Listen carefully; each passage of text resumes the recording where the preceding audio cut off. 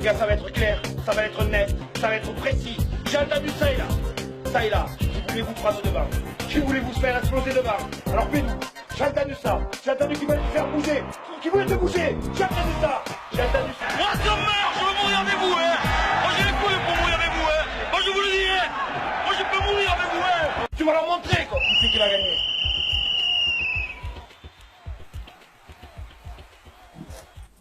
Bonjour à tous et bienvenue sur Radio Olympique TV, le média du rugby Tarnais, et nous nous retrouvons ce samedi 22 avril avec Nicolas Danjean, l'organisateur du tournoi de l'espoir. Salut Nicolas. Salut Max, salut à tous. Et notre émission serait sur notre équipe de chroniqueurs et qui est en forme en plus pour ce samedi, vous allez vous régaler. Et donc à ma droite nous allons retrouver Juju, Esteban et Sylvis. Salut à tous. Salut Max, bonjour. À ma gauche, le président et le vice-président de notre association, Geoffrey Parot et Florian Martès. Salut Maxou, salut à tous, salut à toutes. Salut à tout le monde. À l'actualité de ce samedi, avec une petite pause la semaine dernière avec le rugby à 13, nous allons retrouver 3 matchs pour le casque olympique et 2 pour le Sporting Club Albigeois. Et nous allons commencer par la partie pro, donc du coup avec Jojo qui va nous parler un petit peu de ces 3 matchs UCO, avec 3 matchs un petit peu compliqués, avec nos 2 réceptions du Lyon et du Stade Français et notre déplacement à Toulon. 3 matchs compliqués, c'est le moins qu'on puisse dire. D'abord, premier match contre Lyon il y a 2 semaines. Ou 3, je sais plus, bon match difficile, une défaite à domicile d'1 point qui fait très mal à la tête, surtout contre Lyon, Lyon qui était en bas de tableau. On savait qu'ils venaient pour gagner vu qu'ils avaient perdu chez eux à l'aller. On savait qu'ils avaient des intentions, mais je pense que les joueurs ont pris ce match peut-être un peu trop à la légère, ils avaient déjà gagné contre le Loup. Et malheureusement ça fait une défaite d'1 point qui fait mal. Ensuite on a enchaîné avec un match contre Toulon à Toulon, match très difficile, une première mi-temps très très compliquée où Toulon nous a dominé dans tous les secteurs de jeu, notamment en conquête où on a été vraiment catastrophique, la touche, la mentale avec Genécar qui réussit pas une touche, la mêlée on s'est fait bouffer de tous les côtés, et après mercredi le match contre le Stade Français, une première mi-temps pareil, il n'y avait pas grand chose, 0-0 jusqu'à la 38e minute de jeu, un essai de jeu lâche juste avant la pause qui fait du bien, du coup on passe à 5-0 à la pause. Et là, après, le discours de Christophe, je pense qu'il fait du bien à la mi-temps et qui rebooste les joueurs. Du coup, on plante 4 essais en seconde mi-temps avec un triplé de David Smith qui fait beaucoup de bien. Et du coup, ça fait une victoire 33-10, mais une première mi-temps qui était compliquée. Je pense que si on joue pareil en barrage, on risque de prendre quelques roustes, surtout si on tombe contre Montpellier, clairement.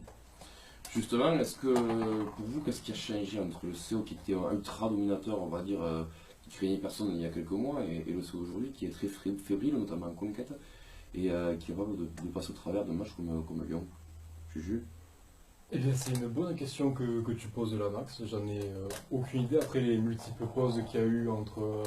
Il y a eu la Coupe d'Europe, il y a eu ce match reporté, ça a peut-être fait du mal au niveau des organismes, de la continuité. Ouais, il y a eu. Ils n'ont pas joué pendant presque un mois. Pendant presque un mois, pas de match. Ouais. Puis ensuite, là, les plus gros problèmes du CO, voilà, c'est surtout la conquête. Où aujourd'hui, par exemple pour le secteur de la touche, tu as, que ce soit Geneker, Rallier ou Mac, le nombre sur les 3 derniers matchs, le nombre de touches manquées est équivalent au nombre de touches manquées l'an dernier sur l'ensemble de la saison. Ouais, et là par contre c'est grave. Ça montre bien qu'il y a un gros souci du côté du CO, et je pense que le souci avant tout est un souci interne. J'ai discuté avec quelques joueurs l'autre fois et on sent clairement qu'il y a un problème, que ce soit le coach, soit entre joueurs, mais on sent vraiment qu'il y a un souci en interne qui fait que l'ambiance n'est pas au beau fixe et que du coup ça se ressent sur le jeu. Flo, tu as vu un petit peu les matchs Oui, mais déjà quand on joue, quand il faut prendre les points, on la joue vite, hein, ou quand il faut la jouer vite, on prend les points et on joue pas correctement. Déjà contre Toulon, quand on prend l'interception d'Abana et tout, on aurait pris 3 points, on aurait évité de prendre, si on prenait à chaque fois les 3 points qu'on était en face les photos à peu près, on serait à peu près à 9 à 10 à la mi-temps, un truc comme ça, au lieu de prendre 22, je crois 22-0, un truc comme ça, à la mi-temps. Et je suis d'accord avec toi, surtout en fait, moi je suis d'accord avec toi dans le sens où, encore sur celle d'Amana, en fait ils jouent rapidement et ils sont pas à 10 mètres, ils se mettent pas à 10 mètres. Mais surtout qu'en fait ils recommencent en seconde période.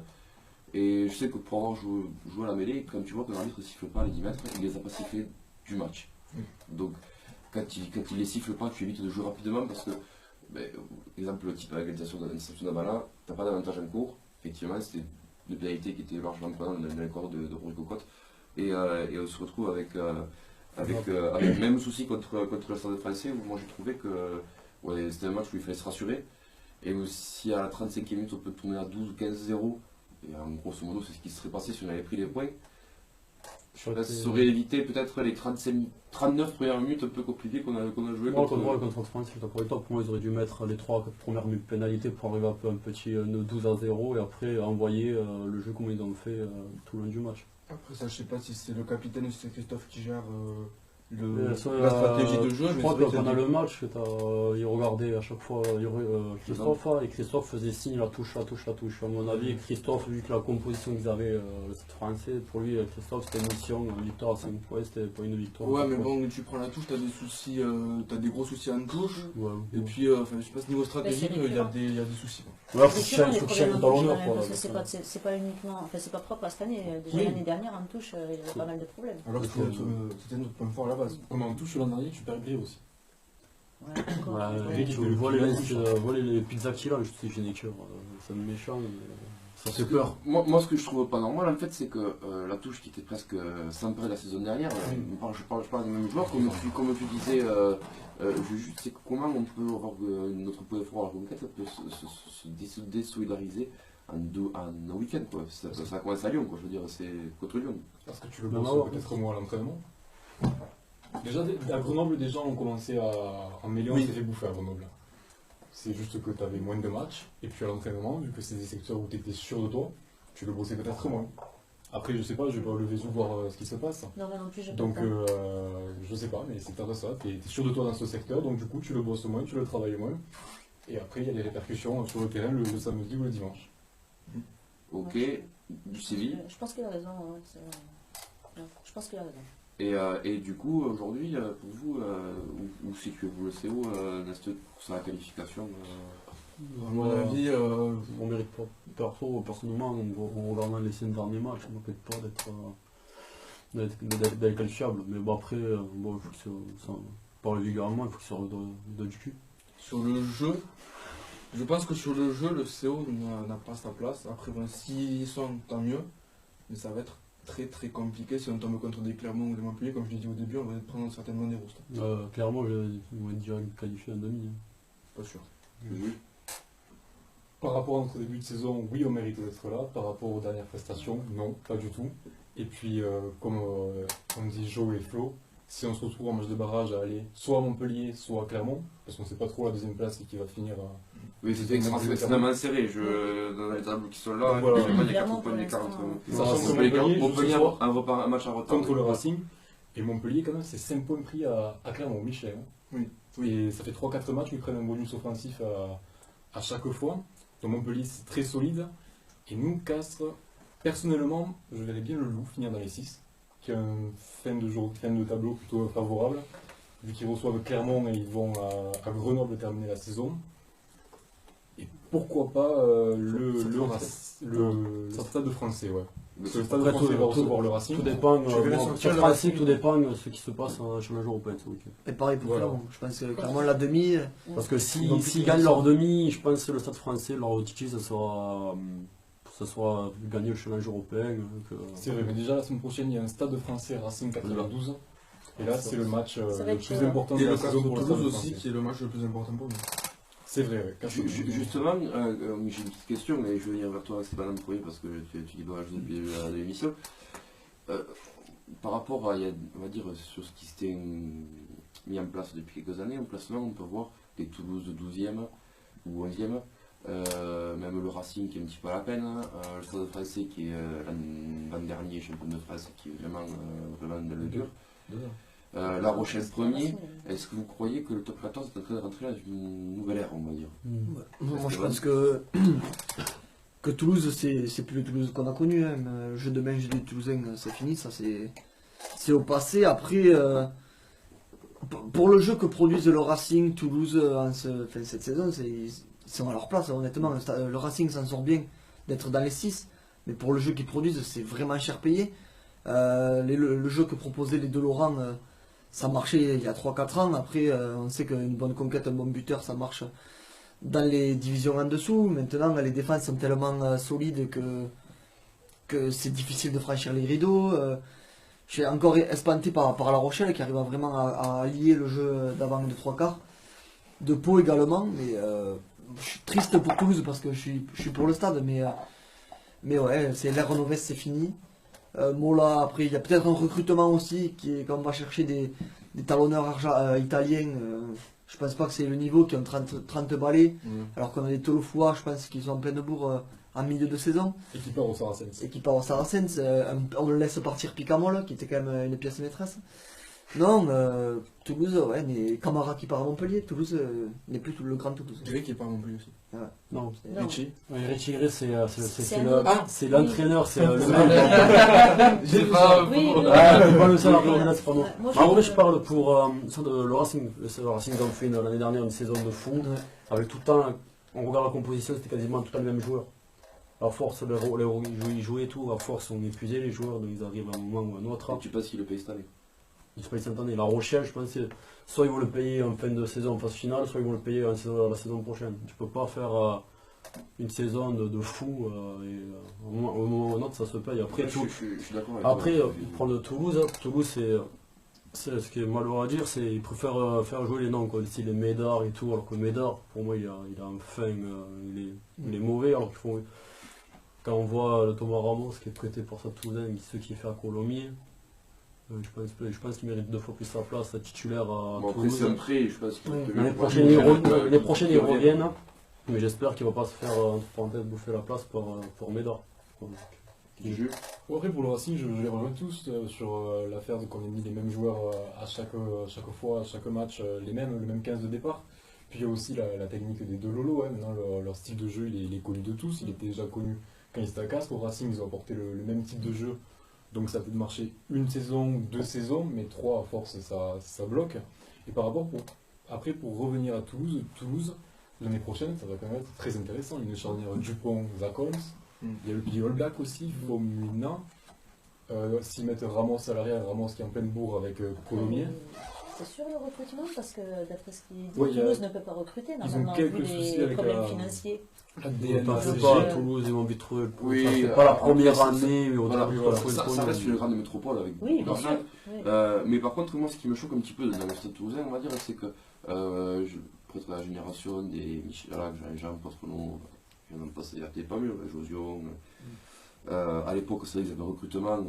Moi, j'ai souvenir quand il faut signer Mans, c'est loin d'être le joueur qu'il a été sa carrière. Vincent Clerc, c'est pareil. Ouais. Il arrivait de Grenoble, il avait 20 kilos de moins. Voilà, il formait vraiment des joueurs au très haut niveau. Et ça n'est plus. Ouais, j'ai l'impression qu'aujourd'hui, on cherche, comme vous dites, des pointures internationales. Donc avec, on a vu Toby Flood, on a vu un petit peu McAllister. Le foot, c'était un bon flop quand même. Ouais, pour moi je trouve que McAllister aussi, quand on voit le joueur que ça a été, je ne peux pas me raconter des bêtises. Mais est-ce qu'aujourd'hui, Toulouse n'est pas plus ou moins en train de perdre son identité, on va dire? Toulouse veut faire comme Parce tous que les le gros, Mont, Toulon, le Racing, etc. Ils veulent essayer de faire les mêmes stratégies, sauf que ça passe pas au style de Toulouse. Après, On a une Toulouse ça ne a, prend pas et puis c'est tout. Hein. C'est ça. Toulouse a sorti de très bons jeunes. Bail, Marchand, t'as Tolufloa comme il disait tout à l'heure. Ouais, mais T'as c'est ce que jeune Ouais, Ramos mais qui a après, changé, je suis t'as entraîneur, François en troisième je suis ligne. d'accord avec toi, mais par rapport à ce qui est sorti il y a quelques années, faut pas oublier qu'à 19-20 ans, la moitié de la 3 quarts, et puis il y a 15 ans, la moitié de la 3 quarts de l'équipe de France, c'était le Stade Toulousain. Et s'il avait été dans votre club, je pense même qu'il y en a certains qui auraient plus de sélection. Je pense notamment à Florian Fritz, qui à un moment donné n'était pas sélectionné parce que tu avais à l'ouverture Michalak, Josué en premier centre, Emma Claire aux ailes et Poton à l'arrière. Alors si tu prenais Fritz, tu prenais tout à l'heure les 3 quarts du Stade Toulousain. Et là aujourd'hui, qu'est-ce que tu te rends compte? Au contraire, c'est que finalement, on prend un UG parce qu'aujourd'hui, pour moi, je trouve que c'est un des meilleurs. Mais je veux dire, après, comme tu dis, Médard, c'est un perte de vitesse. Fritz, il a le poids des âges. Derrière, beaucoup d'étrangers. Le seul qui tient, c'est Ficou. Mais après, Ficou, c'est l'avenir au centre de Oui, Toulouse. voilà. Mais c'est Après, le c'est- seul qui sort vraiment du centre. le problème, c'est pas que les joueurs, aussi, t'as l'entraîneur, on peut dire ça. Moi là, qui était entraîneur en top 14 avec Brie, il a fait comme on se dit. Il a failli le faire pour les deux, pareil pour Castres. Il a failli riper. Hein. Ah, mais frère, après, bon, pour moi, c'est un niveau, c'est un, ouais, comme on a dit en début d'émission Julien, c'est un entraîneur de Pro D2. C'est pas C'est Mias. Bien ça Fédéral peut-être. Il faudra qu'on le fasse venir un jour quand même. Je suis ravi sur la Bon allez, on va fermer cette petite parenthèse sur le top 14, sinon il pourrait y passer toute l'émission. Et on va passer à la Pro D2 avec la belle transition. Donc avec Albi qui a joué qu'un match depuis la dernière émission et du coup qui a reçu Béziers qui s'est donné un petit bol d'espoir on va dire en revenant à 2 points de Narbonne. Mais c'était compliqué contre Béziers je crois. Ouais, ils ont eu chaud parce que je crois que Narbonne revient à la 73e minute, il marque un essai, je crois que c'est Monroe qui marque. Mais ils ont de la chance Albi parce que c'est vraiment le match qui peut les mettre au fond je pense. Donc ils relèvent la tête au moment où il faut, en plus que Narbonne, Vannes et Dax ont perdu. Ouais, Vannes qui a pris une grosse Vannes qui a pris une branlée, 56 à 7. Ouais. Et Narbonne qui perd la maison. Par contre pour la suite... Narbonne ils ont perdu la Carcassonne. Ils ont perdu la Carcassonne, ah, oui, 29 et quelques, je sais pas combien. Et Agen va venir à Albi et je crois que c'est Reggiardo, il avait vraiment noté ce match sur le calendrier. Narbonne va à Bourgogne, donc c'est un peu la journée de la mort là pour Albi. Ouais, je sais pas ce que t'as pas de ce jeu, mais. Il faut regarder Dax. Dax, qui a perdu hier soir. Moi je vous le dis depuis le départ. Vu les calendriers, pour moi ça se joue avec Dax. Vu là maintenant, je pense plus que ça se jouait vers Narbonne. Il reste combien de journées? Deux journées. Sachant que. Si la clé c'est, excusez-moi, la clé c'est si Narbonne perd à Bourgogne. Ah oui, mais ça va jouer avec Narbonne, parce qu'il reste 2 journées. Ils font la bien dernière journée. Ils vont à Carca. Ouais, ils reçoivent Agen, ils vont à Carca. Et par contre, Dax va recevoir Mont-de-Marsan et ils vont à Aurillac terminer. Voilà, moi le souci aujourd'hui qu'il y a, c'est que. Il peut faire 0 pointé, Dax. Albi peut faire aussi 0 pointé. Aussi, en recevant Agen, comme on dit, Agen qui est en train de se mettre en place pour la phase finale, qui va se mettre en mode, on va dire, montée. Et il y a Dana Carcassonne qui fait voilà, qui voudra sûrement dans les matchs ne pas perdre.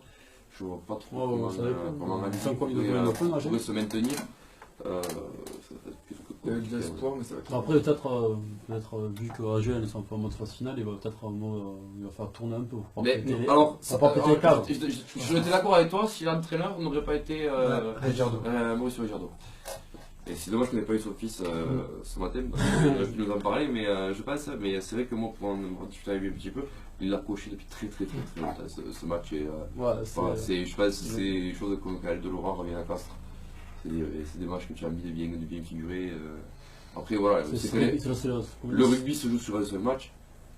Je sais pas où c'est que ça en est dans les vestiaires aujourd'hui à Albi. S'ils décident de les mettre devant le sport, c'est toujours aussi tendu du côté d'Albi au niveau administratif, tout ça. Par contre, sur le terrain, les joueurs vont se donner à 100% pour maintenir le club en Pro D2 la saison prochaine. Parce que bien sûr, tous continuer en Pro D2. Bah, je pense comme que maintenant, c'est à voir. Je pense que si Albi descend en fédéral, ça sent la mort du club. Quoi, parce que tu vois, tous les clubs qui descendent en fédéral, une élite, ils sont tous en galère. T'as Tarbes qui va être relégué en fédéral 2, Hoche qui a mis la clé sur la porte qui est relégué en fédéral 3. À mon avis, si Albi descend en fédéral élite, ça sera pas bon. Il aura bientôt, il aura un derby Mazan et Albi. Après, comme le disait Max souvent dans les émissions, c'est le problème de la région. On est trop de clubs pro dans la région. Oui. Dans les clubs comme, où il n'y a rien, Mâcon, Nevers, tout ça, il y a des Roms parce qu'il n'y a pas de club autour, tous les sponsors viennent au même club. On regarde Lille, c'est. Ouais, Lille, parce que c'est pas. C'est ambigu Lille, moi je pense que c'est plus une volonté de la Ligue de ne pas avoir un club du Nord. Ça n'engage que moi, mais on a vu ce qui s'est passé avec l'USNAC en Ariège au foot. Moi je compare un petit peu à ça, c'est un peu la histoire. Parce que ne me dites pas que c'est 5 000 € dans une mégalopole comme Lille. Une métropole pardon, comme Lille, on ne peut pas la trouver. À Lille, on va dire ça, c'est Marcin Aubry. T'as l'équipe. Tu l'aimes pas Aubry. Non, mais après à Lille, t'as le club de foot. Donc est-ce qu'une entreprise faire partie dans le club de foot? Mais non, ça va venir là. Ça n'a rien à voir. Montpellier. Montpellier, c'est. Avec quand on voit le budget de foot, le nombre de millions d'euros que ça peut être. Et comme on dit, Lille qui avait besoin de 500 000 €. Aujourd'hui, C'est le bien, pro, c'est c'est 1 000 gagné, c'est 5 000 €, c'est quand il te manque 50 € pour finir le mois. Quoi. Tu vois ton banquier, te le file. Je veux dire, voilà, c'est pareil. Non, mais, voilà, Après, tu peux manquer, je- tu peux avoir ta banque. Salut au banquier, si elle me regarde. On te fait des bisous. Donc du coup voilà pour Albi, donc en gros grosso modo Albi Ça, c'est le top 14. 14 pas encore. Albi voilà qui recevra Agen match capital sur ce fin de saison en Pro D2 et donc en fait si Albi gagne contre Agen tout est permis de cette dernière journée. À condition que Narbonne ne gagne pas pour eux. Oui voilà. Et que va en gros que Van Dijk. En fait, Il faut que les 3 perdent. il faudrait que les Astres soient alignés quoi. Voilà. Il faut que les 3 perdent et que Albi gagne.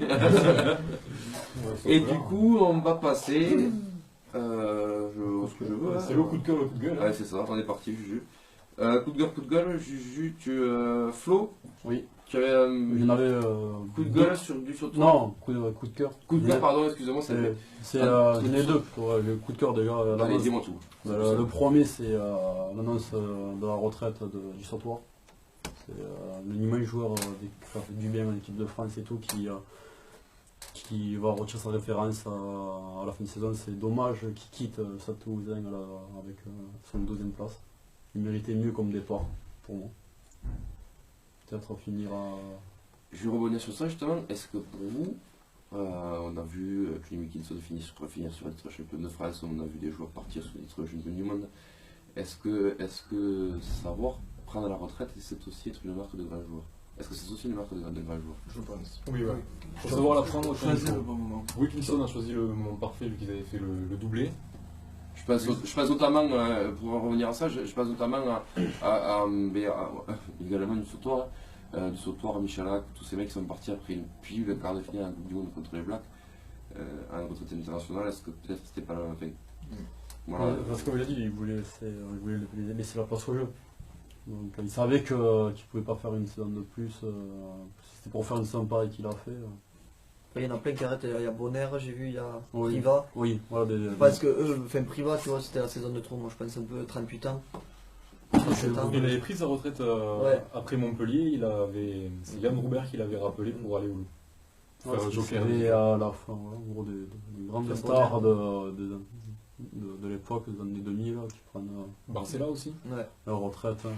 c'est Ça la fait un petit manque. C'est la fin d'un cycle. quoi. Voilà, c'est la Voilà. fin des cycles, Ça c'est fait un peu- manque au niveau. Ça fait un petit manque sur le bord du terrain.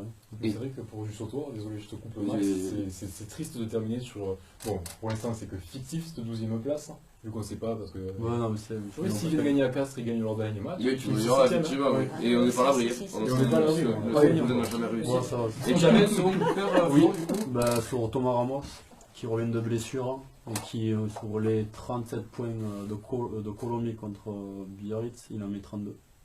Record de Pro D2. Effectivement, Thomas Ramos, j'ai l'impression que c'est en train de devenir un sacré phénomène quand même, même si. Justement, un petit avis pour revenir sur ça, sur ces prêts, on a vu que c'était pas encore quelque chose de vraiment automatisé, on va dire, dans le rugby. Mais finalement, on s'aperçoit qu'il n'y a pas beaucoup de mauvaise expérience. Je parle notamment au niveau du CO, quand on nous a prêté, que ce soit comme Bezou, on nous avait prêté Montpellier aussi, je crois. Qui c'est qu'on nous avait prêté?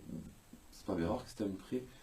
Je sais plus. On avait un prêt Montpellier il y a quelques années qui avait très bien fonctionné aussi. Nous, on avait prêté des joueurs aussi à Colomiers qui avaient fait des jeunes notamment en espoir. et tout ça. Cette année, tu prêtes Valentin Mouisset à Lavore. Valentin qui fait une très très bonne saison du côté de Lavore. Pour l'avoir commenté l'autre fois contre Macon, c'est lui qui fait le plus beau temps dans ce jeu de Vauvray. Ouais, mais là, c'est pas le même niveau. Ouais, voilà. C'est pas le même niveau, c'est pas en Pro D2. Après, si, je crois qu'il y a 2 ans, 3 ans en arrière, qu'on avait prêté Vialel Albi. à Albi. Oui, aussi. Oui, Il a pris ça, il a pris du temps de jeu, de l'expérience. Après, Albi, il avait pas beaucoup Non. joué quand même. Oui, mais ça, le peu de matchs qu'il a fait, ça lui a fait du bien. Oui, ils je n'auraient pense. pas fait au Castres Olympique. Oui. Voilà. Et là, c'est vrai que Thomas Ramos, peut-être que c'est le joueur qui n'aurait pas eu nécessairement beaucoup autant de jeux au Stade Toulousain Non. cette année, Il aurait et été- qui là explose complètement, et qui du coup l'année prochaine va sûrement rentrer avec un statut de pré-titulaire, de concurrent à titularisation. Pourtant, c'est ce qu'on disait avec Flo avant l'émission, sachant que Poitrenaud quittait Toulouse l'an dernier, pourquoi ils n'ont pas gardé Ramos? Avec Médard, ils auraient pu se partager le poste d'arrière. On va revenir peut-être. Ah non, quoi que c'est vrai, il y a Guitoum aussi à Toulouse. Au discours des recrutements du Stade Toulousain. Je te remercie Flo pour ton coup de cœur. Et du coup, j'ai du mal à relire mes notes. À ce moment-là, c'est pas moi qui les ai écrites. Et du coup, Sylvie, bien sûr, un coup de cœur.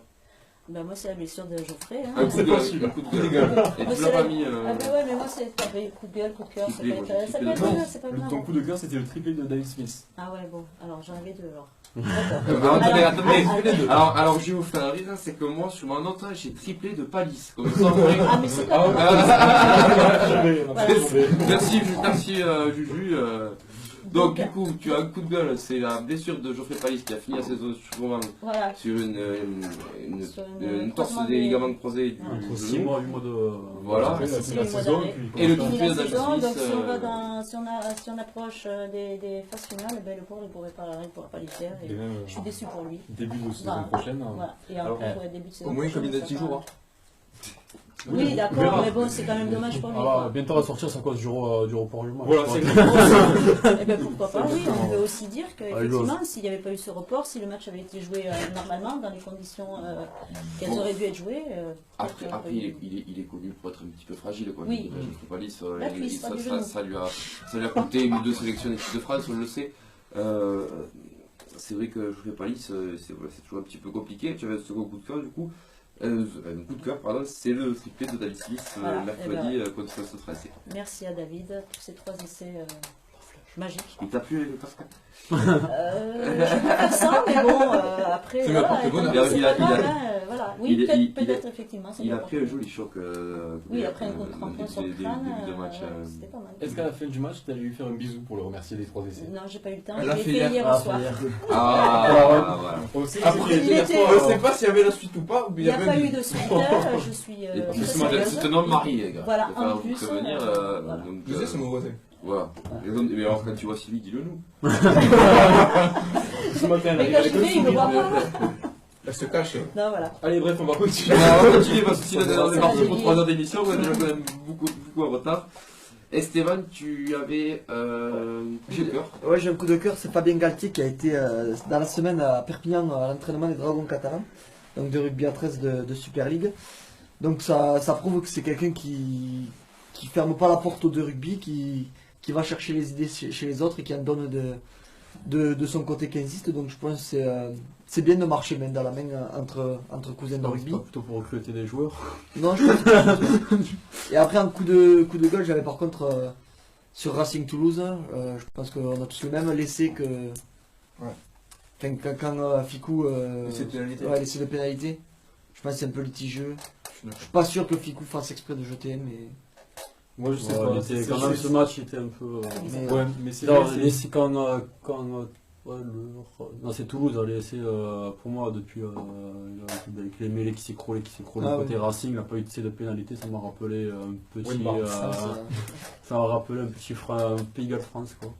On sent les 20 Ouais. minutes de temps additionnel. J'étais un peu surpris de la décision de monsieur l'arbitre. Mais bon. Ouais, c'est dommage qu'on Moi, ait l'arbitrage pas- était mitigé sur ce match. c'est dommage qu'on n'ait pas un arbitre ici pour nous en parler un peu Ouais. plus précisément. On en avait eu. Tout ça pour ça. C'est une blague, quand même. On en avait eu, il est parti.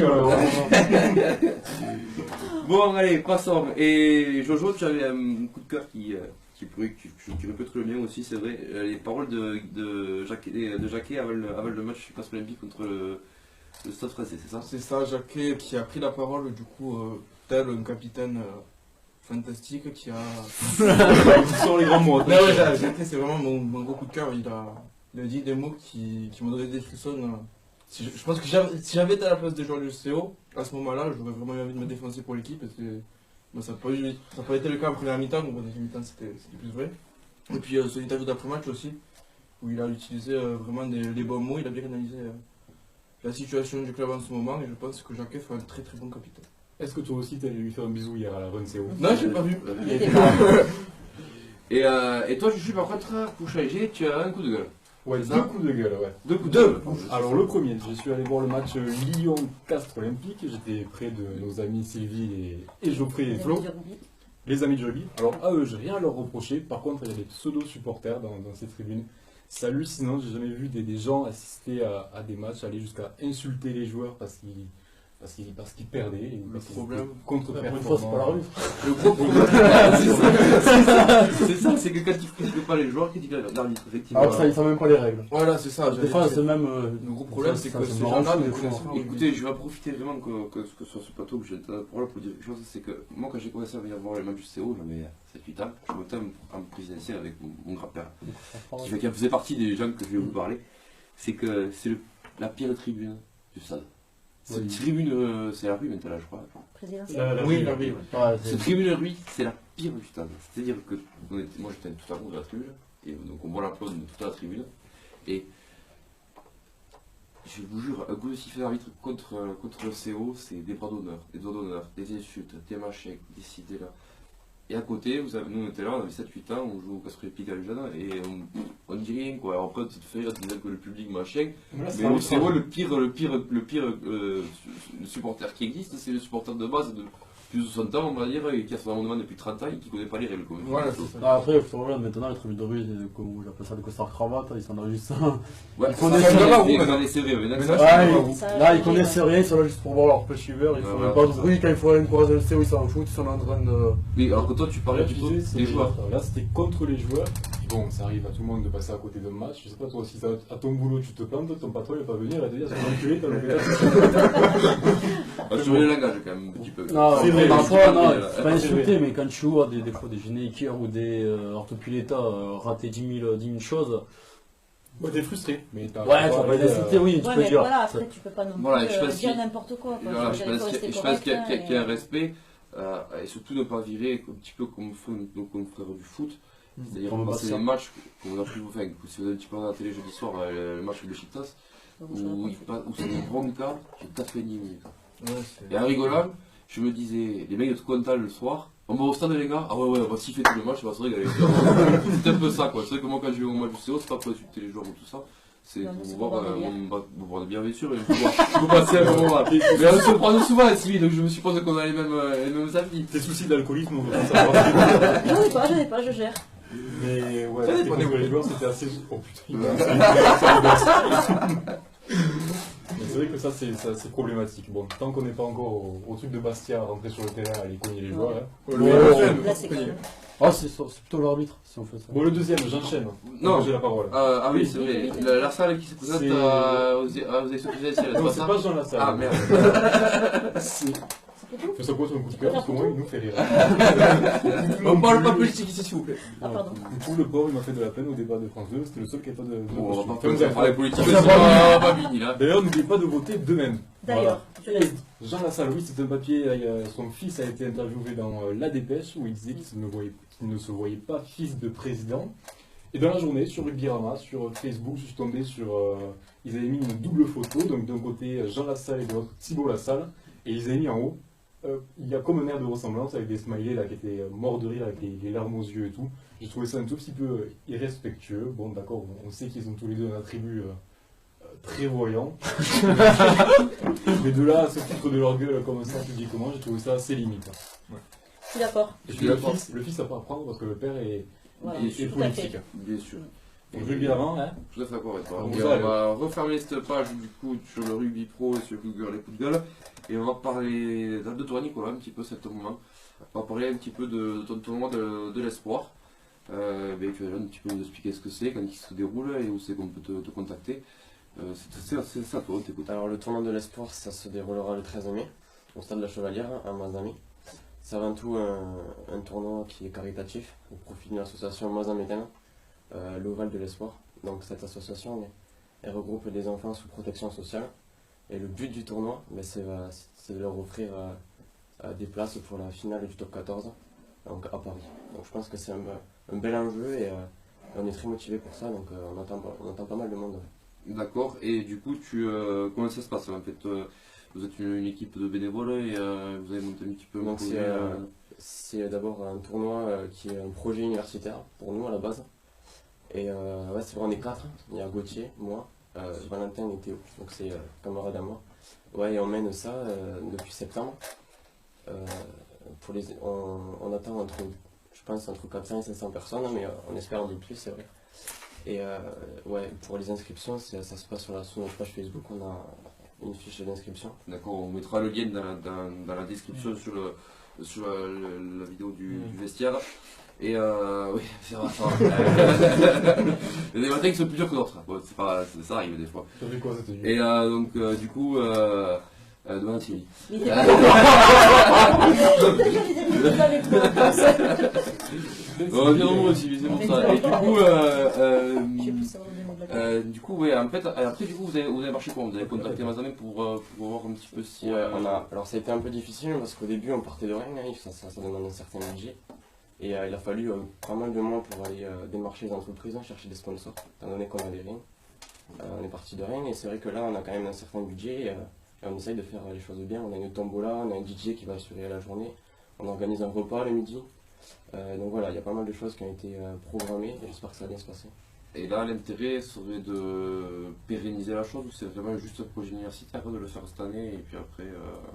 À la base, c'était de faire ce projet, mais c'est vrai que concernant le sport et surtout le rugby, ça nous a vraiment plu et on essaye de le faire pérenniser l'année prochaine, de prendre tous les défauts qu'il y a pu avoir cette année. J'espère que ça va bien se passer, et puis le refaire, mais en mieux, quoi. D'accord, et donc du coup, ton association que vous soutenez, puis un petit peu nous apprendre ce que c'est, ce qu'elle fait et de quoi elle s'occupe. Ça s'appelle l'Oval de l'Espoir, l'ODE, donc voilà, eux, ils ont déjà fait ça, je crois, l'année dernière, avec un autre tournoi, je crois, ça nous a donné une idée d'ailleurs, de payer ces places de finale top 14, ça nous a vraiment inspiré sur la direction de notre tournoi, et lui donner vraiment un objectif. Donc c'est vrai que nous, on a pris cette idée vraiment sérieux et on a vraiment travaillé dessus. Mais voilà, l'association, on est vraiment arrivé pour leur dire voilà, nous on aimerait faire ça, vous aider dans cette démarche, hein, et ils ont de suite accepté du coup. Et du coup ça marche, pardon, pour le tournoi c'est quand il faut faire une équipe de combien Alors pour l'inscription, c'est vraiment un tournoi mixte, bon, il y a quand même de la compétition parce que je rappelle ce qui a gagné pour l'équipe gagnante c'est des places pour la demi-finale du top 14 à Marseille, okay. Le vendredi, parce qu'il y a deux matchs. Ouais, c'est des équipes de 10. L'équipe de 10 mixte, garçons-filles, à partir de 16 ans. On a vraiment des joueurs de tout âge, donc c'est vraiment pas strict là-dessus. Qu'est-ce que je peux dire de plus? C'est touché, c'est après. Ah ouais, voilà, c'est un tournoi à flag déjà. Donc vraiment, c'est pas très compétitif, même si les places qu'il a gagnées, vraiment, c'est quand même attractif. Tu vois, Sylvie, tu peux aller le faire. Et franchement, alors après, mais c'est vrai que le flag, pour moi, c'est extrêmement physique. Parce que ça requiert une certaine technicité. Aller attraper, ouais, mais je veux dire que c'est pas le toucher, quoi. Aller attraper un flag, niveau taille, c'est pas pareil. Attention. Mais c'est vraiment intéressant. Et donc du coup c'est quoi? C'est un tournoi à 7 avec 3 remplaçants, c'est ça? Je sais pas si ce sera sur ce format-là, mais on n'a pas encore trop décidé. Mais ouais, c'est l'équipe de 10 déjà, sans compter les remplaçants, c'est vraiment quelque chose qui va pas bouger. On verra comment on s'organise par la suite. Mais voilà, on prolonge les inscriptions d'ailleurs jusqu'à vendredi prochain, sachant que je venais ici. Donc normalement on devait rendre les inscriptions, là je les prolonge. Donc ouais, si vous pouvez monter une équipe et tout ça, tous ceux qui sont intéressés, venez. On vous attend nombreux. Et l'association fait quoi concrètement du coup? L'association protection sociale, j'ai pas. Après, je ne sais pas plus non plus, mais voilà, elle s'occupe vraiment de ses enfants. Des fois, ils amènent les enfants voir les matchs du CO, oui, dans le lit et tout. Ces enfants qui sont dans des centres qui sont oui, c'est ça. Dans le pareil, c'est à Caportega. Je vois que tu as la parole, tout le monde l'a vu, mais j'ai pas à toi, J'ai cru savoir que Thomas Ramos était le parrain de l'événement.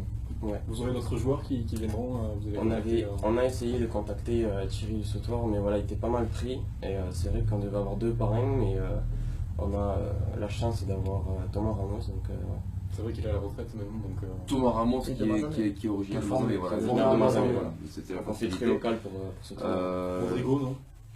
Non, il n'y a pas possible. Un petit soutien de Mazamet peut-être sur le Laurent Cabot. Oui, pour faire la météo. Nicolas. Vous avez contacté le club de Mazamet quand même ou ça s'est vraiment passé Vraiment, ça s'est passé assez vite au niveau des paris, on n'a pas trop cherché. C'est vrai que. Ah, au niveau du Chevalier, après vous avez vu ça à la mairie, ça s'est pas vu avec. Pour le stade. Pour les locaux. Pour les locaux, non, on avait avec la mairie. D'accord. Ok, et bien écoutez, voilà, écoutez, donc le tournoi de l'espoir, donc ça sera le 13 mai, 13 mai, c'est ça, tu m'as dit. sur la journée. Et je suis, oui, on en parlera après. Et donc voilà, donc la page le lien Facebook sera sur la description de la vidéo de ce vestiaire d'aujourd'hui. Et bien pour cette première partie, je pense qu'on va être bon. Mais bien voilà, écoutez, la pause, on se retrouve pour la seconde partie.